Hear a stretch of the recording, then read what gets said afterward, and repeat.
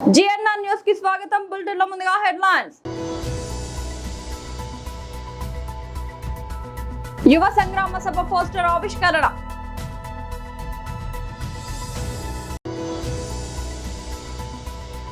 నెల్లూరులో YSRCP task force ఆధ్వర్యంలో round table సమావేశం అనంతరం ప్రెస్ మీట్.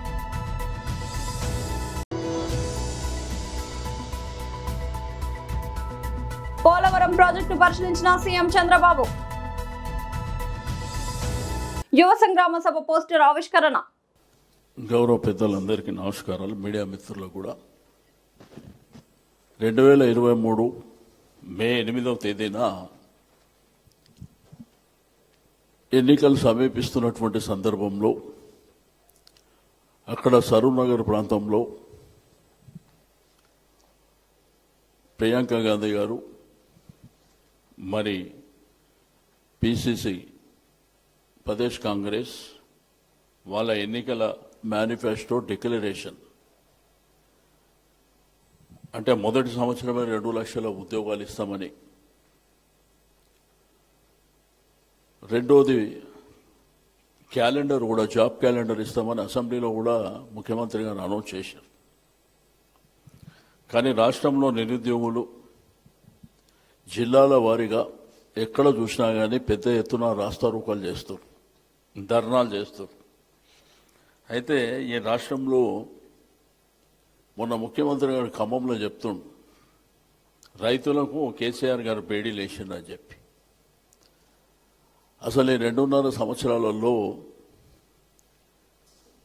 రైతులే కాదు, విద్యార్థులు కానీ, మహిళలు కానీ, అంగన్వాడీస్ కానీ ఈడ్చుకుపోయి బేడీలేసి ఆశా వర్కర్లను కానీ రోజు ఇందిరా పార్క్ దగ్గర పోతే అయితే రోజు ఒక జాతర జరుగుతుంది. అయితే ఉద్యోగాలు ఏంటంటే ఎవరైతే అన్ఎంప్లాయీస్ ఉన్నారో వాళ్ళందరూ కూడా ఆశలు పెట్టుకోరు, ఈ ప్రభుత్వం వచ్చిన తర్వాత ఏదైనా చేస్తారని చెప్పి. కానీ ఈ ప్రభుత్వం వచ్చిన తర్వాత ఉద్యోగాల మాట దేవురెడుగు వాళ్ళని అణచివేసే కార్యక్రమాలు. మీకు దిల్షుక్ నగర్ నుంచి మీకు సరూర్ నగర్ కానీ, వనస్థలీపురం కానీ, గడ్డెనారంలో కానీ రోజు కొన్ని వందలాది మంది రోడ్ల మీదకి వస్తున్నారు నిరుద్యోగులు. మనం టీవీలో సోషల్ మీడియాలో చూస్తున్నాం. అయితే రాష్ట్రంలో ఉన్నటువంటి నిరుద్యోగులకు ఇదే మా పిలుపు. సరూర్ నగర్లో 18వ తేదీన చెలో సరూర్ నగర్ అనేటువంటి నిరుద్యోగ యువతులకు యువతీ యువకులకు మరి యువ సంగ్రామం అనేటువంటి ఒక నామకరణంతో ఒక పిలుపుని ఆ రోజు కార్యక్రమాన్ని మరి కేటీఆర్ గారు అందరం కూడా మా విద్యార్థి యువజన విభాగం కానీ అందరూ పెద్ద ఎత్తున భాగస్వామ్యమై రాష్ట్రంలో ఉన్నటువంటి నిరుద్యోగులకు కూడా నేను రిక్వెస్ట్ చేస్తున్నా, మీరు అందరూ భాగస్వామ్యం కండి. రాబోయేది బీఆర్ఎస్ ప్రభుత్వమే, తిరిగి కేసీఆర్ గారు మన అధికారంలోకి రాబోతున్నారు. కాబట్టి తప్పకుండా మా యొక్క పార్టీ లైన్ కానీ మా ప్రభుత్వం వచ్చిన తర్వాత ఏం చేస్తామో కూడా, గతంలో 2 లక్షల పైన ఉద్యోగాలు ఇచ్చినటువంటి చరిత్ర ఉంది మా ప్రభుత్వానికి. నెల్లూరులో వైఎస్ఆర్సీపీ టాస్క్ ఫోర్స్ ఆధ్వర్యంలో రౌండ్ టేబుల్ సమావేశం అనంతరం ప్రెస్ మీట్. అష్యూర్డ్ వాటర్, నికర జలాలు శ్రీశైలం డ్యామ్ నుంచి, రిజర్వాయర్ నుంచి ఉన్న కేటాయింపులు ఉన్నవి ఏదైతే ఉన్నాయో అవి ఆచరణలో నిజంగా అందుకోవడానికి ఉన్న అవకాశాలు పూర్తిగా సున్నా చేస్తూ, కారణాలు రకరకాలు. ఒకటి, వచ్చే వరద ప్రవాహం రోజులు తగ్గడం, పైన కర్ణాటక ఆల్మట్టి డ్యామ్ హైట్ పెంచడం, తర్వాత ఓవర్ ది పీరియడ్ తెలంగాణ ముందు ఉన్నదా కంబైన్డ్ స్టేట్గా ఉన్నప్పుడు, తర్వాత మనం విడిపోయాక కొత్త ప్రాజెక్టులు అనుమతి ఉన్నా లేకపోయినా కొత్త ప్రాజెక్టులు తీసుకురావడం, అవన్నీ కూడా ఒకవైపు పైనేమో వచ్చే నీళ్ళు ఆగుతున్నాయి, వచ్చే వరదేమో తక్కువ రోజులు తగ్గాయి. ఇంకో పక్క మన స్టేట్ విడిపోయింది, తెలంగాణ రాష్ట్రం మనకంటే తక్కువ హైట్ నుంచే నీళ్లు తీసుకోగలగడం, వీటన్నిటి వల్ల పేరుకు నికర జలాలు ఉన్నప్పటికీ రాయలసీమకు కానీ నెల్లూరు జిల్లాకు కానీ నీళ్ళు వచ్చే పరిస్థితి లేని సమయంలో ఈ సంక్షోభం దీని నుంచి గట్టెక్కాలంటే, ఈ ప్రమాదం నుంచి గట్టెక్కాలంటే ఏకైక మార్గం ఆ హైట్లో, ఏ హైట్లో అయితే ఇప్పుడు తెలంగాణకు వెళ్తున్నాయో ఆ హైట్లోనే రోజుకు 3 TMC తీసుకునే రకంగా రాయలసీమ లిఫ్ట్ పథకాన్ని దాన్ని ఆమోదించి జగన్మోహన్ రెడ్డి గారు ఆ మేరకు పనులు కూడా మొదలు పెట్టించారు. అంటే దీని సిగ్నిఫికెన్స్ ఏంటి అని చెప్తున్నాను. పైన ఆల్మట్టి డ్యామ్ గతంలో పెంచింది మళ్ళీ ఇప్పుడు పెంచుతున్నారు 519 మీటర్ల నుంచి 524 పైగా మీటర్లకు. అది కూడా అయిపోవచ్చింది. వాళ్ళు ల్యాండ్ ప్రొక్యూర్మెంట్ కూడా చేస్తున్నారు, అక్విజిషన్ చేస్తున్నారు. తెలంగాణ దగ్గర అయితే ఆల్రెడీ 770 అడుగుల నుంచి నీళ్లు తీసుకుపోతున్నారు పవర్ జనరేషన్ దగ్గర నుంచి. ఆ నీళ్ళు ఎక్కడికి పోయినా మళ్ళీ సాగర్కి వెళ్తాయి కాబట్టి అక్కడ ఇబ్బంది లేదు. ఆ తర్వాత 800 అడుగుల్లో తీసుకున్నారు. 824 770 నుంచి 824 అడుగుల్లోగా రోజుకు 8 TMCలు తీసుకునే సామర్థ్యం తెలంగాణకు ఉన్న నేపథ్యంలో మన వైపు పోతిరెడ్డిపాడు ఒకటే అక్కడి నుంచి వచ్చిన వాటర్ ఏదైతే హంద్రీనీవా దానికి సంబంధించినంత వరకు అనంతపురం జిల్లాకు పైనే 840 దగ్గర అక్కడ ఉంటే, ఇక్కడికి 880 అడుగులు ఉంటే తప్ప 44,000 క్యూసెక్కులు పంపించే సామర్థ్యం ఏదైతే వైఎస్ రాజశేఖర రెడ్డి, అది కూడా ఆయన హయాంలో చేసింది, అది రాని పరిస్థితి ఇటువైపు ఉంది. 800 అడుగుల్లో అటువైపు తీసుకోగలుగుతున్నారు. ఇక్కడ 880 అడుగులు ఉన్నప్పుడు తప్ప నీళ్లు 44,000 క్యూసెక్కులు అంటే 4 TMCలు కూడా రాని పరిస్థితి. ఎక్కడైతే 100 TMCలు నికర జలాల కేటాయింపు ఉందో రాయలసీమ ప్రాంతానికి, నెల్లూరుకు సంబంధించి చెన్నైకి, ఈ నేపథ్యంలోనే దీని సిగ్నిఫికెన్స్ అర్థం చేసుకోవాలని కోరుతున్నాం. ఆంధ్రప్రదేశ్ ముఖ్యమంత్రి చంద్రబాబు సోమవారం పోలవరం ప్రాజెక్టును పరిశీలించారు. ఏలూరు జిల్లా పర్యటనలో భాగంగా ఆయన హెలికాప్టర్లో ప్రాజెక్టును ఏరియల్ వ్యూ ద్వారా వీక్షించారు. స్పిల్వే నుంచి గోదావరి వరద నీటి ప్రవాహాన్ని ఎగువ దిగువ కాఫర్ డ్యాంల మధ్య జరుగుతున్న పనులను ఆయన విహంగ వీక్షణం ద్వారా పరిశీలించారు. అనంతరం క్షేత్రస్థాయిలో పర్యటించి ప్రాజెక్టు పనుల పురోగతిపై ఆరా తీశారు. ముఖ్యంగా ఎర్తికం రాక్ ఫిల్ డ్యాంలోని గ్యాప్ 1, గ్యాప్ 2 పనులతో పాటు నిర్మాణంలో ఉన్న విద్యుత్ ఉత్పత్తి కేంద్రాన్ని కూడా ఆయన పరిశీలించారు. ప్రాజెక్టు ప్రస్తుత పరిస్థితి, పనుల వివరాలను అధికారులు సీఎంకు వివరించారు. ముఖ్యమంత్రి పర్యటనలో ఆయన వెంట జలవనరుల శాఖ మంత్రి నిమ్మల రామానాయుడు, ఆ శాఖకు చెందిన ఉన్నత అధికారులు ఉన్నారు.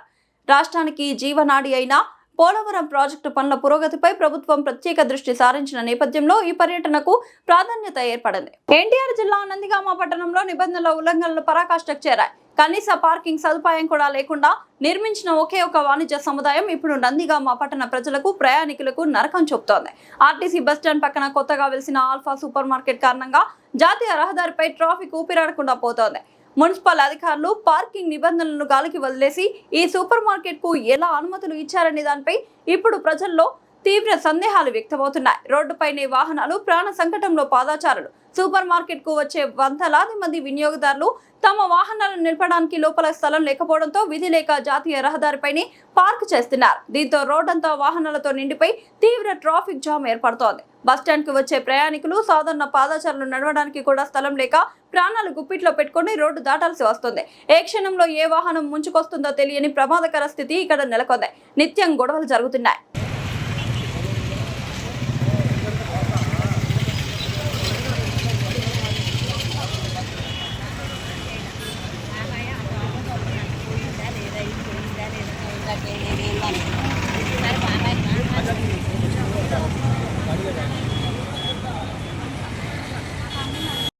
మీ పేరేంటండి, ఏం చేస్తారు? నా పేరు కిషోర్ అండి. నేను ఇక్కడ ఆటో డ్రైవర్ని. మేము ఇక్కడ గత 50 సంవత్సరాలుగా ఇక్కడే ఉంటున్నాము. ఇక్కడే ఆటో నడుపుతూ జీవనం కొనసాగిస్తున్నాము. ఇది ఆల్ఫా అనేది వచ్చిన తర్వాత మాకు ట్రాఫిక్కి చాలా ఇబ్బందిగా ఉంది. సో ఏంటంటే వీళ్ళు ఫస్ట్గా ఓపెన్ చేసిన తర్వాత దీనికి పార్కింగ్ ఉంది. అండర్ గ్రౌండ్ ఓపెన్ చేసుకొని పార్కింగ్ పెట్టుకొని వాళ్ళు ఇది చేసుకున్నట్టుగా చాలా బాగుండేది.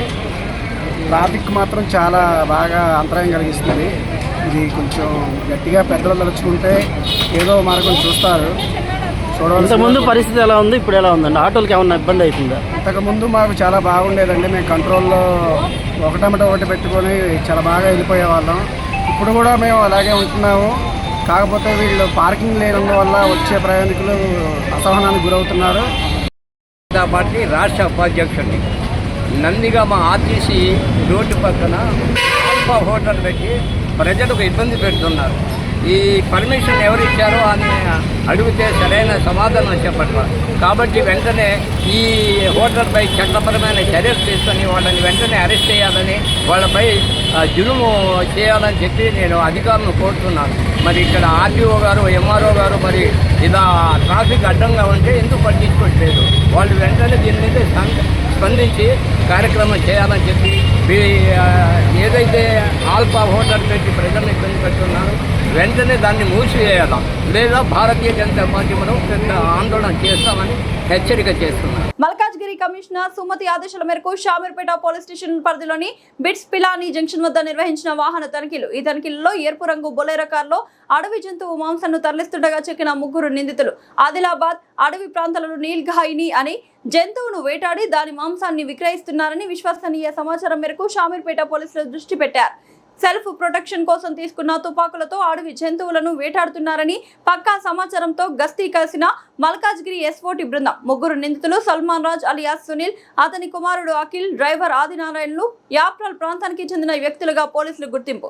వారి వద్ద నుండి 70 కిలోల నీల్ఘాయ్ మాంసం, ఒక ఎయిర్ గన్, ఒక లైసెన్స్డ్ గన్, టెలిస్కోప్, బుల్లెట్లను స్వాధీనం చేసుకున్న పోలీసులు లైసెన్స్ దుర్వినియోగం చేసినందుకు వన్యప్రాణులను వేటాడిన నేరం కింద 3 నిందితులపై ఆర్మ్స్ యాక్ట్, యానిమల్ యాక్ట్ కింద కేసు నమోదు చేసి రిమాండ్ కు తరలించినట్టు అడిషనల్ డీసీపీ రామ్ కుమార్ మీడియాకు వెల్లడించారు.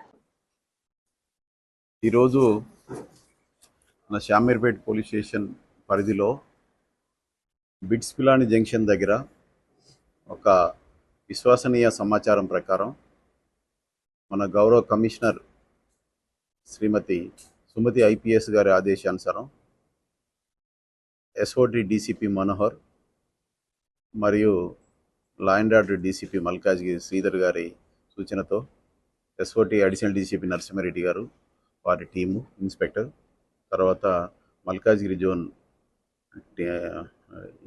ఏసీపీ జవహర్ నగర్ మరియు షామీర్పేట ఇన్స్పెక్టర్ వారి టీం అందరూ కూడా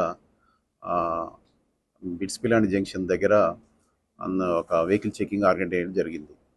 ఆ వెహికల్ చెకింగ్ ఆర్గనైజ్ చేసినప్పుడు ఒక రెడ్ కలరు బొలేరో వెహికల్లో ఈ నిందితులు రావటం జరిగింది. ఈ నిందితులు అప్పుడు వెహికల్ చెక్ చేయగా వెహికల్లో ఏంటంటారు, ఇది నీలిగాయ్ అనే ఒక అడవి జంతువు యొక్క మాంసాన్ని చూడటం జరిగింది. అది అప్పుడు విచారించగా తెలిసింది ఏంటంటే ఈ నీలిగాయ్ అనే అడవి జంతువుని ఎవరైతే ఈ సల్మాన్ రాజ్ ఎలియాస్ సునీల్, అదేవిధంగా అతని కొడుకు అఖిల్ మరియు అతని దగ్గర పనిచేసే ఆదినారాయణ, వీళ్ళు ఆదిలాబాద్ ఫారెస్ట్లో షెడ్యూల్ ఏరియాలో ఉన్న ఫారెస్ట్లో ఈ నీలిగాయని అతనికి లైసెన్స్ వెపన్ ఒకటి తీసుకోవడం జరిగింది. ఆ వెపన్ సెల్ఫ్ ప్రొటెక్షన్ కోసం తీసుకున్న వెపన్ని దుర్వినియోగం చేసి ఈ నీలిగాయని హంట్ చేసి వేటాడి చంపి దాని మాంసాన్ని తీసుకొని రెగ్యులర్గా ఈ పని చేస్తుంటాడు ఆయన. మాకున్న సమాచారం ప్రకారం వాచ్ పెడితే దానిలో భాగంగా ఈరోజు అతను దొరకడం జరిగింది. మేము అతని లైసెన్స్ వెరిఫై చేస్తే అతని లైసెన్సు సెల్ఫ్ ప్రొటెక్షన్ కోసం తీసుకున్నాడు అతనికి, కానీ హంటింగ్ చేయడం అనేది నేరం. అందుకని అతన్ని చెక్ చేయగా ఆ వెపన్స్ ఒక ఏ వెపన్ అది వెపన్స్ ఈ రౌండ్స్ అన్ని చేసుకున్నాం. ఒకటేమో ఎయిర్ గన్ ఉన్నది, ఆ ఎయిర్ గన్కి అయితే లైసెన్స్ అవసరం లేదు. ఒకటే లైసెన్స్డ్ వెపన్, ఈ టెలిస్కోప్స్ అన్ని కలిగి ఉన్నాడు. అతని రౌండ్స్ అన్ని కూడా సీజ్ చేశాం. లైసెన్స్ దుర్వినియోగం చేసినందుకు గాను అతని పైన ఆర్మ్స్ యాక్ట్ 30 ప్రకారం అతనిపై కేసు నమోదు చేయడం జరిగింది. అదేవిధంగా వన్యప్రాణులని హంటింగ్ చేయడం, వేటాడడం నేరం కాబట్టి సెక్షన్ 9 క్లాస్ 51 ప్రకారం వన్యప్రాణుల సంరక్షణ చట్టం ప్రకారం అతనిపై కేసు నమోదు చేయడం జరిగింది. దీంట్లో SOT team inspector Srinivas and మా షామీర్పేట ఇన్స్పెక్టర్ నరసింహారెడ్డి వారి యొక్క టీం అందరూ కూడా చాకచక్యంగా వాళ్ళు పట్టుకోవడం జరిగింది. అతన్ని అరెస్ట్ చేసి ఈరోజు రిమాండ్ పంపడం జరుగుతుంది. ఇప్పుడైతే ఈయన చేసిన దానికైతే ప్రొహిబిషన్ ఉంది. ఏ అడవి జంతువును కూడా హంటింగ్ చేయడానికి లేదు, హంటింగ్ పర్మిషన్ లేదు వన్యప్రాణుల సంరక్షణ ప్రకారం. అది చేయడం అనేది నేరం. అదేవిధంగా ఇతను లైసెన్స్డ్ వెపన్ తీసుకొని హంటింగ్ చేసిండు కాబట్టి లైసెన్స్ కండిషన్స్ వయలేషన్ చేసిండు కాబట్టి అతను లైసెన్స్ క్యాన్సిలేషన్ కోసం కూడా రాయటం జరుగుతుంది. మొత్తం ఎన్ని రౌండ్స్? 88 రౌండ్స్ ఉన్నాయి. Love rounds 88. లవ్ లైసెన్స్ ఆథరైజ్డే, రౌండ్స్ కూడా ఆథరైజ్డే. అమ్మా ఎక్కడ తిన్నట్టున్నా? యాప్రాల్. యాక్చువల్గా ఇతను నెగిటివ్ ప్లేస్ ఖమ్మం డిస్టిక్. ఆయన గ్రానైట్ బిజినెస్ చేస్తుంటాడు. ఆయనకు గత కొద్ది నెలల నుంచి తను ఇట్లా హంటింగ్ చేస్తున్నట్టుగా మాకు సమాచారం ఉంది. దాని ప్రకారం మనం వాచ్ పెట్టి పట్టుకోవడం జరిగింది. ఇంకా ఇంట్రాగేషన్ చేస్తాం. ఎస్ఓటి మేమంతా సంయుక్తంగా ఇంట్రాగేషన్ చేసి ఇదే ఫస్ట్ ఇంతకుముందు ఏం చేసిండు అనే విషయాలు చేస్తాము. ఈరోజే పట్టుకున్నాం, ఇంతకుముందే 3 గంటలు పట్టుకున్నాం కాబట్టి ఇంక ఇంట్రాగేషన్ చేసిన తర్వాత ఫర్దర్గా ఏమన్నంటే మళ్ళీ మీకు ఇంటిమేషన్ ఇస్తాం. మేడ్చల్ జిల్లా చెంగిచెర్ల డివిజన్లోని జయప్రద కాలనీలో 6,300 గజాల స్థలాన్ని హైడ్రా కాపాడడంతో కాలనీ వాసులు ఆనందాన్ని వ్యక్తం చేశారు. కాలనీ వెంచర్లో water tank, temple, school, library, park, shopping కాంప్లెక్స్ల కొరకు 6,300 గజాల స్థలం ఉండడంతో భవిష్యత్తులో అభివృద్ధి చెందుతుంది అనే ఉద్దేశంతో ఇక్కడ ఫ్లాట్లు కొనుగోలు చేయడం జరిగింది.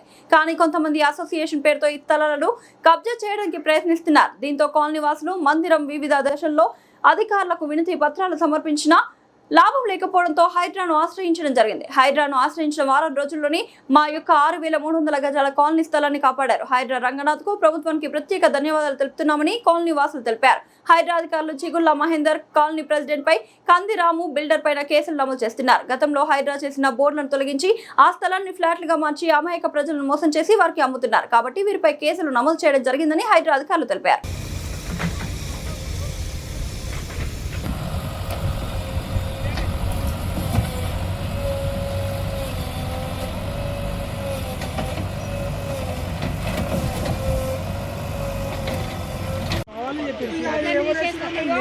అప్పుడు మాట్లాడండి. ఇప్పుడు మీరు అంటే మాట్లాడతారు ఒక నిమిషం మాట్లాడతారు. అప్పుడు నేను లేను అంటే నడవదు కదా. ఇప్పుడు లేదని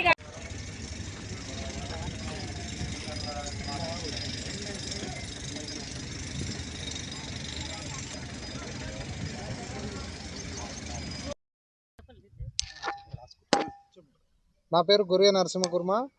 ఈరోజు జయప్రద కాలనీలో హైదరాబాద్ వచ్చి పబ్లిక్ ప్రాపర్టీస్ అన్నిటికీ ఫెన్సింగ్ వేయడం అనేది చాలా సంతోషకరం. కొన్ని భూములు కబ్జాకై నిర్మాణాలు కూడా చేపట్టడం జరిగింది. ఈ విధంగా పబ్లిక్ ప్రాపర్టీ అంతా అన్యక్రాంతానికి గురవుతుందని కాలనీ వాసులు హైడ్రాను ఆశ్రయించడం జరిగింది. ఆశ్రయించిన వారం రోజుల్లో హైడ్రా స్పందించి ఇవి నిజంగా పబ్లిక్ ప్రాపర్టీసే, వీటిని పరిరక్షించాలన్న ఉద్దేశంతో ఈరోజు సుమారు 100 మందితోని ఇక్కడికి విచ్చేసి సుమారు 5-6 వేల గజాల ల్యాండ్కు చుట్టూ ఫినిషింగ్ చేయడానికి హైడ్రా రావడం అనేది చాలా సంతోషం. ఇక్కడ నేను కూడా ఒక 20 ఇళ్ళు కన్స్ట్రక్షన్ చేసి అమ్మడం జరిగింది. మా దగ్గర ఇల్లు కొనుక్కున్న కస్టమర్లు కూడా చాలా సంతోషం వ్యక్తం చేస్తున్నారు. హైడ్రా వారికి ప్రత్యేక కృతజ్ఞతలు. ఇలాంటి పబ్లిక్ ప్రాపర్టీస్ని కాపాడడంలో హైడ్రా సక్సెస్ అయిందని చెప్పవచ్చు. ఈ విధంగా ఇంకా ఎక్కడైతే ఉన్నాయో అన్ని పబ్లిక్ ప్రాపర్టీస్ని కాపాడాలని హైడ్రా వారికి విజ్ఞప్తి చేస్తూ ముగిస్తున్నాను. ఈరోజు జరిగినటువంటి సంఘటన కాలనీ స్థలాల కోసం కూడా హైడ్రా కమిషనర్ గారిని కలవడం జరిగింది. రంగన్న సార్ వాళ్ళు స్పందించి అతి త్వరలో నిర్ణయం తీసుకొని మన కాలనీకి స్థలాలు కాపాడుతానని హామీ ఇచ్చారు. కాబట్టి అతి త్వరలో వారం రోజులు పూర్తి కాకముందే కాలనీ స్థలాలు ప్రతి ఒక్క దాన్ని కూడా ఒక ఫెన్సింగ్ వేసి ఒక సిఐ హైడ్రా సిఐ రాజశేఖర్ గారిని పిలిచి వాళ్ళ సహకారంతో కాలనీ పెద్దలు అందరూ కూడా ఇక్కడ ఉండి ఇంత మంచి ఏర్పాటు చేసుకొని ఒక కాలనీలో కాపాడాలనే ఉద్దేశంతో ఎటువంటి జాగాలు కబ్జాలు కాకుండా మన కాలనీ మన భూమి మన హక్కు కాబట్టి కాపాడుకోవడానికి ఈరోజు కాలనీ వాసులు పెద్ద సంఖ్యలో పాల్గొని ఇలాంటి నిర్ణయం తీసుకొని కాలనీ జాగాలు ఎటువంటి స్థలాలు ఎక్కడ పోకుండా కాలనీలు అమ్ముడు పోకుండా కాపాడుకోవడానికి మన కాలనీ పెద్దలు మన గొరియ నరసింహ గారు, కవిత గారు, మన గౌరవ అధ్యక్షులు దింగి జంగన్న గారు వారి ఆధ్వర్యంలో ఈరోజు ఇక్కడ హైడ్రా కమిషనర్ ఒక 50 మంది 100 మందితో వచ్చి మొత్తం ఫెన్సింగ్ వేయడం జరిగింది. రాజధాని రాజధాని ఉండవల్లి ప్రాంతంలో రైతులతో సంప్రదింపులు జరపకుండా రైతుల వద్ద నుండి బలవంతపు భూసేకరణ చేయడం అన్యాయం, అక్రమమని సిపిఎం రాష్ట్ర కార్యదర్శి వర్గ సభ్యులు చిగురుపాటి బాబురావు అన్నారు. రాజధాని ప్రాంతమైన ఉండవల్లిలో సోమవారం సిపిఎం నాయకులతో కలిసి సిఆర్డీఏ ప్రభుత్వం ఉండవల్లి రైతుల బలవంతపు భూసేకరణ చేసిన ప్రాంతాన్ని ఆయన పరిశీలించారు. ఈ సందర్భంగా ఉండవల్లి రాజధాని సిపిఎం కార్యాలయంలో ఏర్పాటు చేసిన విలేకరుల సమావేశంలో బాబురావు మాట్లాడుతూ సీడ్ యాక్సిస్ రోడ్ కోసం రైతుల భూములు తీసుకునేందుకు దౌర్జన్యంగా బుల్డోజర్లతో రైతుల భూములను బలవంతంగా తీసుకున్నారని ఆయన విమర్శించారు. చట్టాలను లెక్క చేయకుండా కోర్టులో వివాదం ఉండగా కోర్టు తీర్పులు పట్టించుకోకుండా దౌర్జన్యంగా రైతుల పంట భూములు తీసుకోవడాన్ని సిపిఎం వ్యతిరేకిస్తుందని అన్నారు. మహిళలని చూడకుండా విచక్షణ రహితంగా మహిళలను జుట్టు పట్టుకొని లాగివేయడం ఏమిటని ఆయన ప్రశ్నించారు. భూములు కోల్పోతున్న రైతుల ఆర్తనాదాలు వినకుండా ప్రభుత్వం భూములు లాక్కోవడం అన్యాయమన్నారు. వివాదం కొనసాగుతున్నప్పటికీ కోర్టు తీర్పుల వరకు కూడా ఆగకుండా, మహిళలనే విచక్షణ కూడా చూడకుండా బలవంతంగా వాళ్ళ జుట్టు పట్టుకుని లాగి స్వయంగా వాళ్ళకున్న భూములు కోల్పోతున్న పేద రైతులు ఆర్తనాదాలు కూడా వినకుండా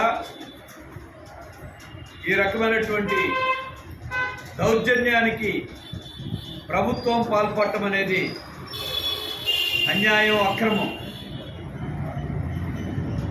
గతంలో రాజధానిగా అమరావతి కొనసాగాలి అని ఆ రోజున రైతులు ఉద్యమం చేసినప్పుడు ఆ రైతుల మీద దౌర్జన్యం చేస్తే కేసులు పెడితే అన్యాయమని చెప్పినటువంటి కూటమి ఇవాళ అదే దౌర్జన్యాలకి ఈ ప్రభుత్వం పాల్పడటం ఏ రకంగా సక్రమని అడుగుతా ఉన్నాం.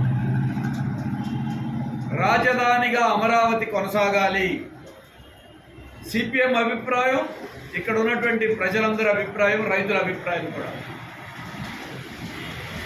రాజధాని సమస్యని, భూముల విషయాన్ని జటిలం చేస్తున్నది ప్రభుత్వము, సిఆర్డీఏనే. బులెటిన్ ముగించే ముందు హెడ్లైన్స్ మరోసారి. యువ సంగ్రామ సభ పోస్టర్ ఆవిష్కరణ.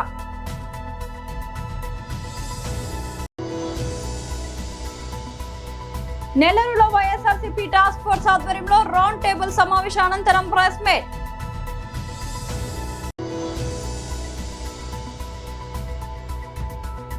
పోలవరం ప్రాజెక్టు పరిశీలించిన సీఎం చంద్రబాబు. ఇది ఇవాళ బులెటిన్ అప్డేట్. మరొక బులెటిన్ మళ్ళీ కలుద్దాం. అంతవరకు సెలవు.